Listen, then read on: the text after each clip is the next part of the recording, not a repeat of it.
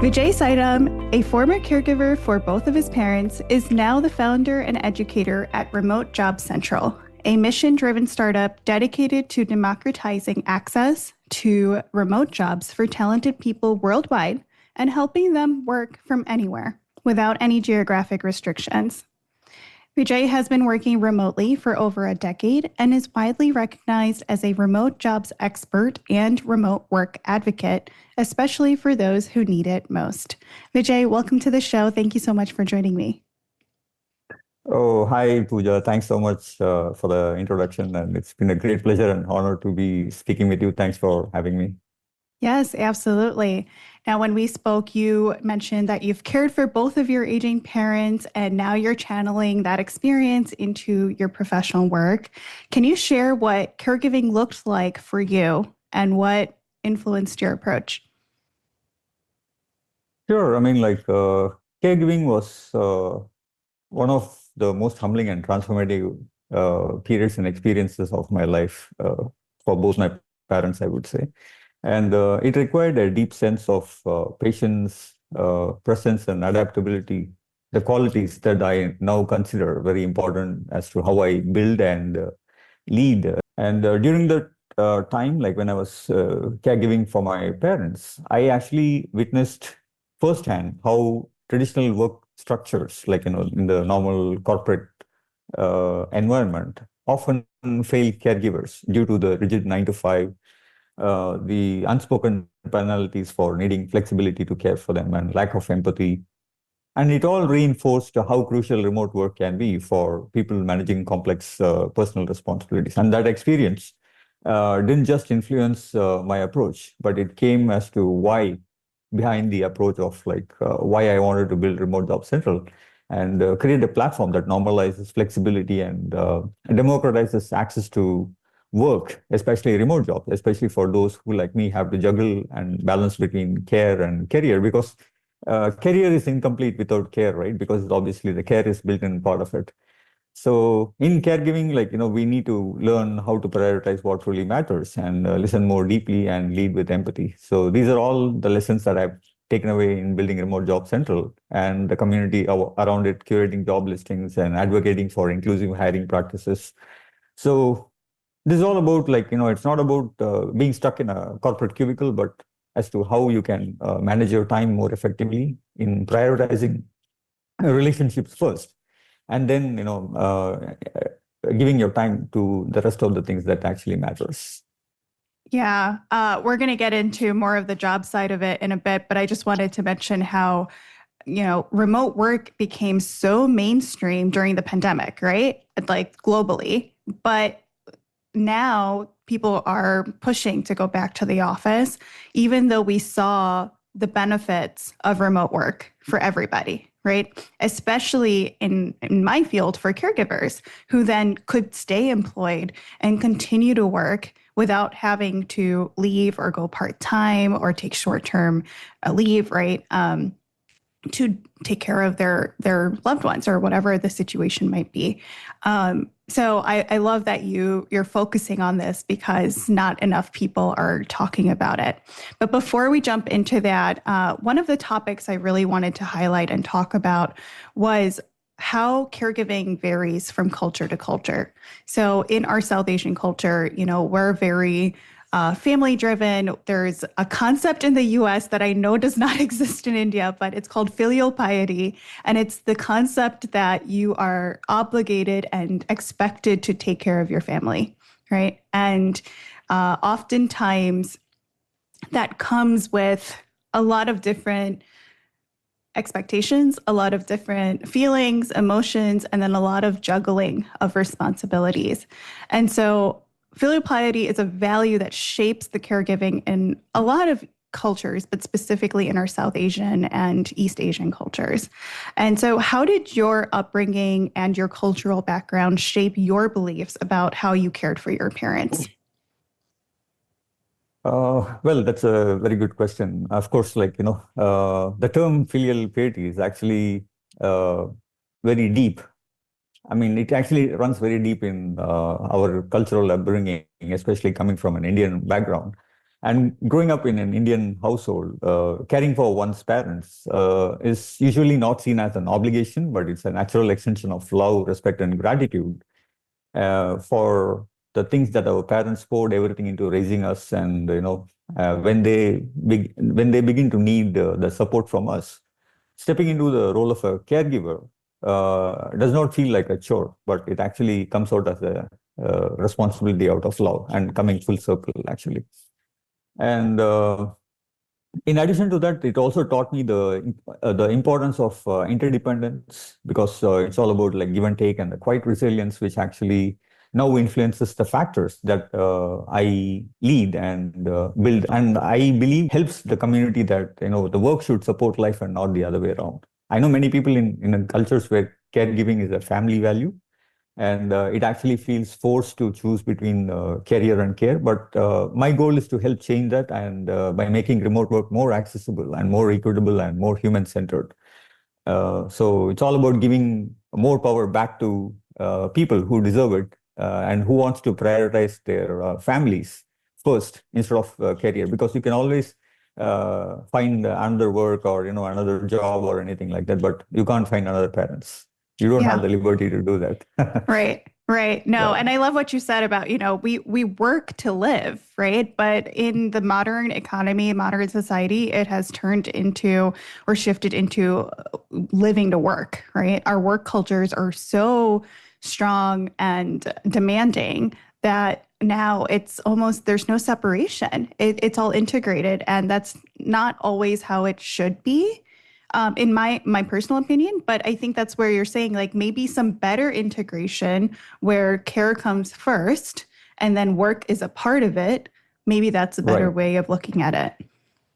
Right. And partially, like one of the reasons why uh, things are like not right at this moment is because I believe consumerism has and greed especially has overtaken human nature to a large extent, especially due to the rise of social media and too many other tech factors that actually influence. And we can actually see a meme on the internet, right? Like 20 years ago, internet was actually a gateway to like shift to reality to an alternate space. And now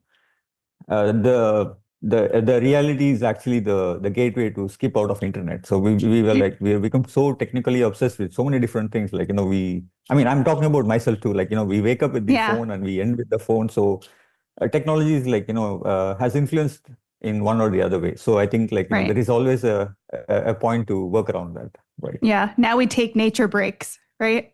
Yeah, true, true. What were some of the joys and then some of the tensions that you experienced while, honoring this cultural duty that you essentially were talking about, right, around caregiving? One of the greatest joys of caregiving, of course, as I mentioned earlier, is actually the quality time that I actually got to spend time with my parents. Because obviously, uh, there is also another saying that, when you actually grow up and become a parent, you have a child actually that absolutely disagrees with whatever you're saying. So there is obviously a cultural shift and a huge gap. But I mean, I was trying my best to kind of treating my parents like kids, because when people age, they tend to become kids to a certain extent. They so we have to understand that particular factor. And that time is one of the greatest what do you call blessings that has been provided to um, humans.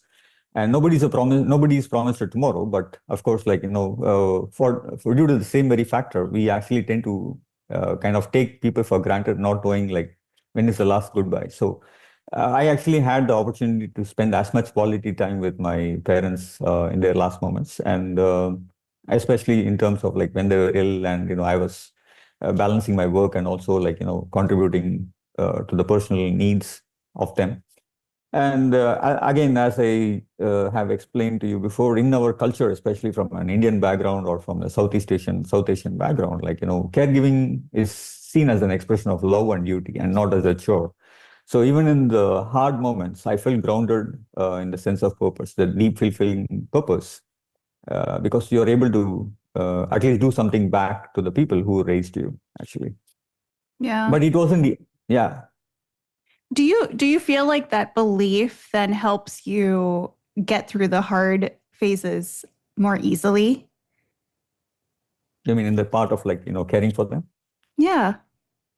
Yeah, Like of course. when there's Mm. challenges, right? Like a lot of times when I speak with caregivers here, when there's challenges, people become very frustrated and very upset and burnt out and stressed. And I'm curious if the mind shift difference of, I'm doing this out of love, like it's whatever the feelings are associated with it, does it make it easier to go through that stuff without all these other feelings of frustration and stress and burning out? Yeah, again, it's a part and parcel of it, Pooja. I mean, if you can just reflect back, I mean, if our parents have seen us, I mean, raising us as a part of a chore or a tension or anything like that, I'm not really very sure that we would have like very confident lives. And Mm-hmm. if it had given the freedom and things to pursue ourselves and given so obviously it's kind of like a give and take kind of a stuff like where you will have to respect that integrity and the tradition of giving back and the tension that became a turning point. It actually pushed me to reimagine what support systems could look like, and not just for myself but for others in similar situations also, and from that same very desire to create space for people to honor their personal lives without sacrificing their careers, especially for caregivers. Flexibility isn't a perk per se. I mean, it's actually a lifeline which actually helps them balance between two most crucial things in their lives. I like that. Flexibility is a lifeline, not a perk. Uh, and you've spoken about the importance of remote work in making caregiving more accessible and possible and even easier to a certain extent. So did you have flexible work options or did you not have them and uh that's what made you want to create something like this? Like how did your work impact your ability to care for your parents in that stage? Sure. I mean, like, I have been a remote worker for almost like a decade now, and Uh-huh. I've been like working remotely, and I know for a fact that what kind of superpower, flexible work or remote works or remote jobs can provide to you, especially like when you are caring for your parents and where you have to spend time with them. So think about it, like instead of commuting to work where you are stuck in a traffic for like 1 or 2 hours and going back and forth, you are spending like 2 to 4 hours in traffic. Imagine you're actually spending that time with your the quality time with your loved ones, especially your parents. And Mm-hmm. no amount of money can equate that kind of quality time, right? Mm-hmm. And that's the reason why, like, I actually wanted to give the same superpower to other people. Like, so without remote work options, I don't know how I would have managed my caregiving responsibilities, to be very honest.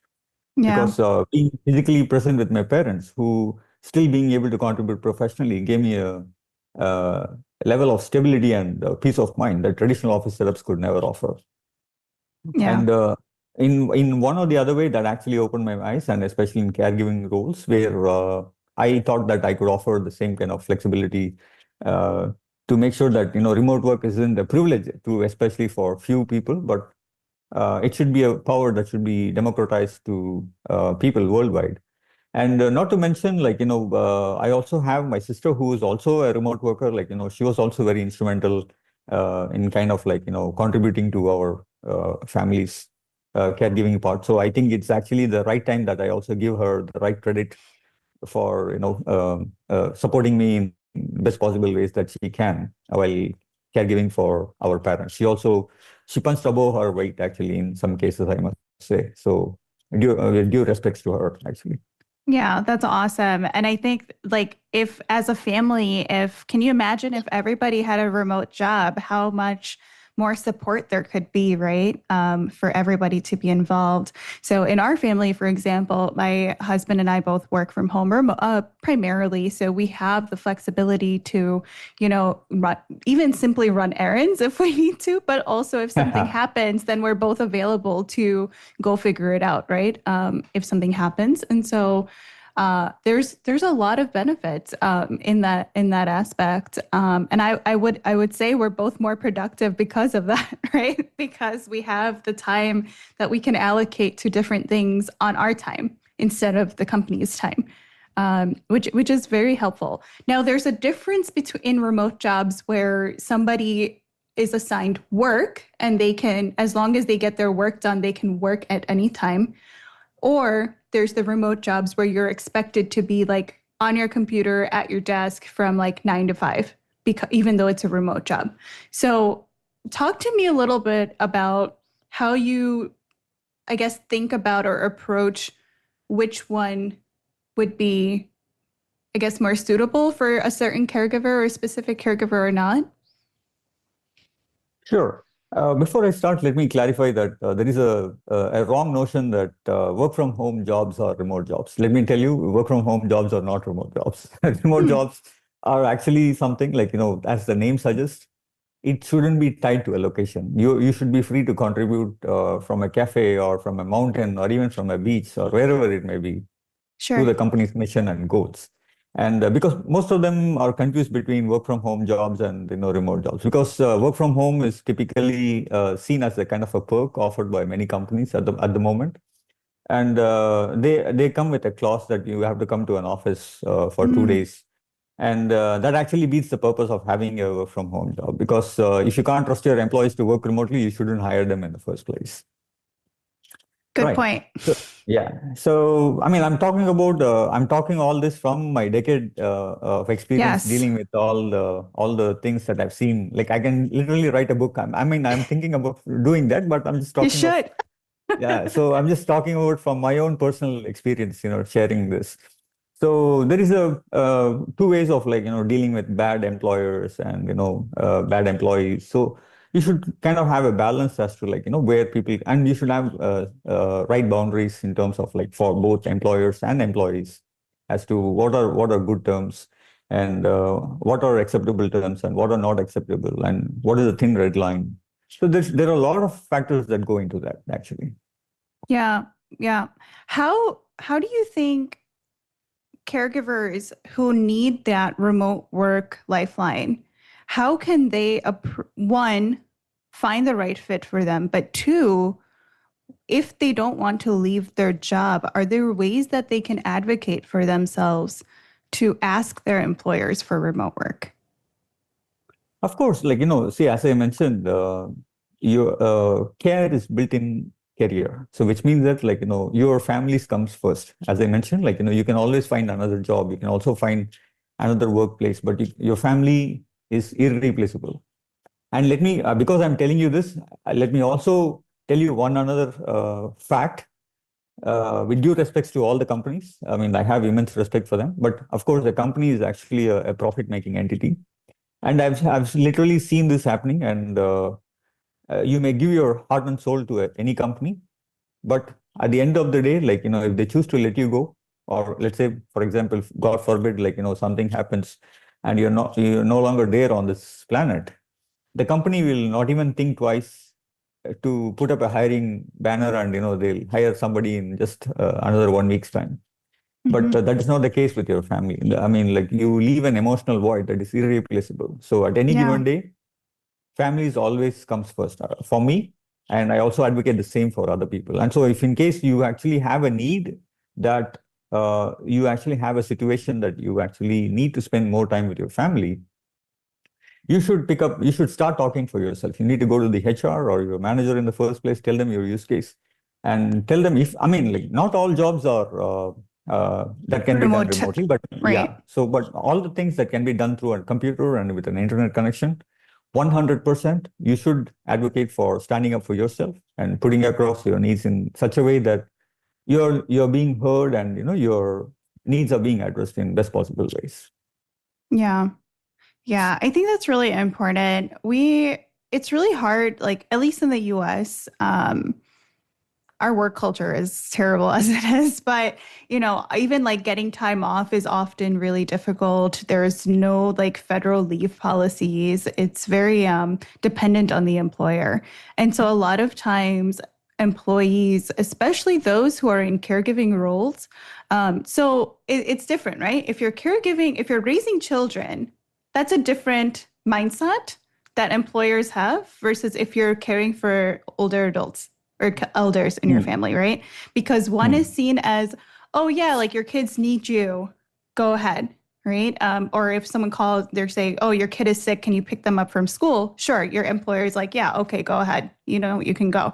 But if the same situation or a similar situation happens with elders, it's not as easily adjusted. I feel like that the culture doesn't allow for a caregiver for an elder to show up to work and say, hey, I really need this day off because I need to take care of my mom. But if you're taking care of your kids, it's fine. You see what I'm saying? So I think Right, right. there's a very cultural situation here that needs to change. What do you see something similar where you're at? Yeah, but again, I mean, like I see where you're coming from, but again, as I mentioned earlier, you need to stand up for yourself because Right. nobody's going to come and rescue you. So if you think that you need some kind of a balance, you need to put your case in such a way that, of course, like you need to let them know that you need this, and back, of course, back up with all the facts and things like that that they may ask for why you need that.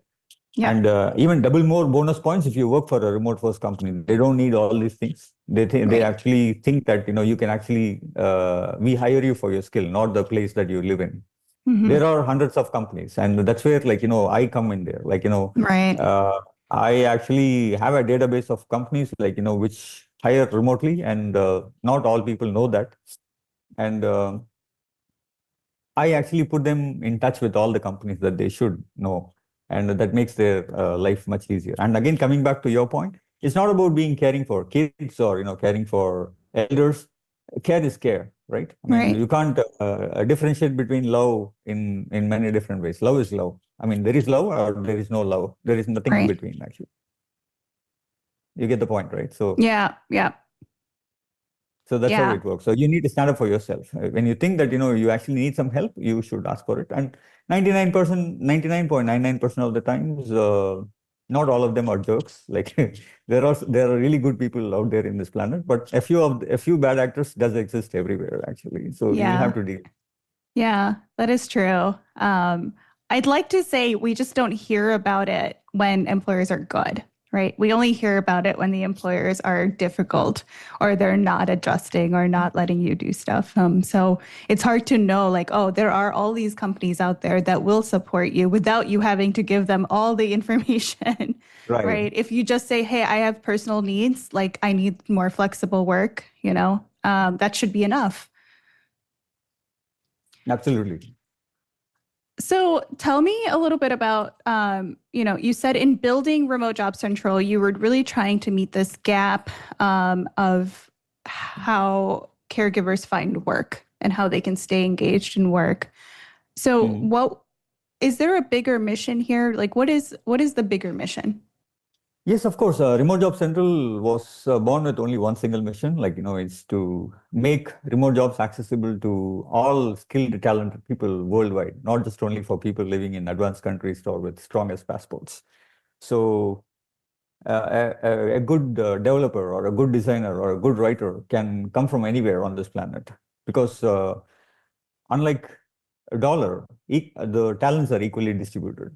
So, which means that you can actually put up a posting and you can attract applications from all around the world, right? Really super qualified people from all around the world instead of like just 50 meters within your office. We want to give this power back to people and we want to enable them to kind of go ahead and apply for jobs that they have never heard before. And as I told you, I curate a list of jobs every week and we send out through our free newsletter across 22 different categories, writing from developers to writers, customer success managers, support people, designers, this, that. I mean, there is a whole lot of functions that actually drive a company. And we Hmm. don't want to limit ourselves only to developers who can work remotely. We want to give the power back to non-technical people who can still Hmm. contribute to the company's mission.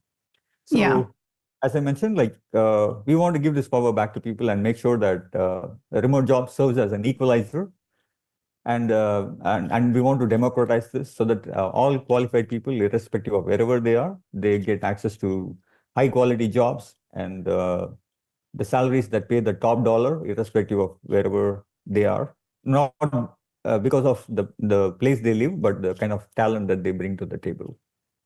Yeah. Yeah.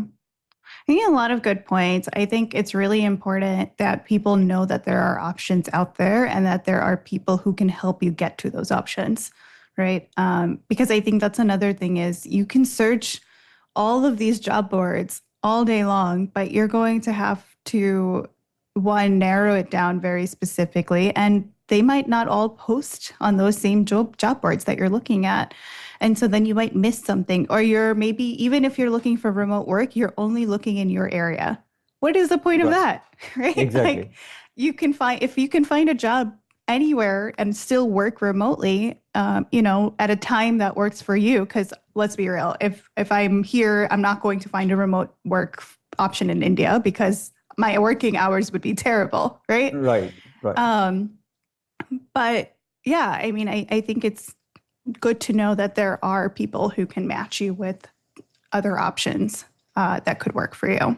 So that the newsletter, I have discussed this in another podcast, like where our users are like very what do you call excited every Monday, because every Monday we send out newsletters. And if I happen to just delay it for 1 week or 1 day, people ping me on LinkedIn and ask me, "Hey, are you okay? Like, I haven't received my newsletter. Where is it? What's happening?" And things like that. So that kind of like amazing service and product that you build. So that actually is a very good testament of like, what kind of value that I bring to the table for the people.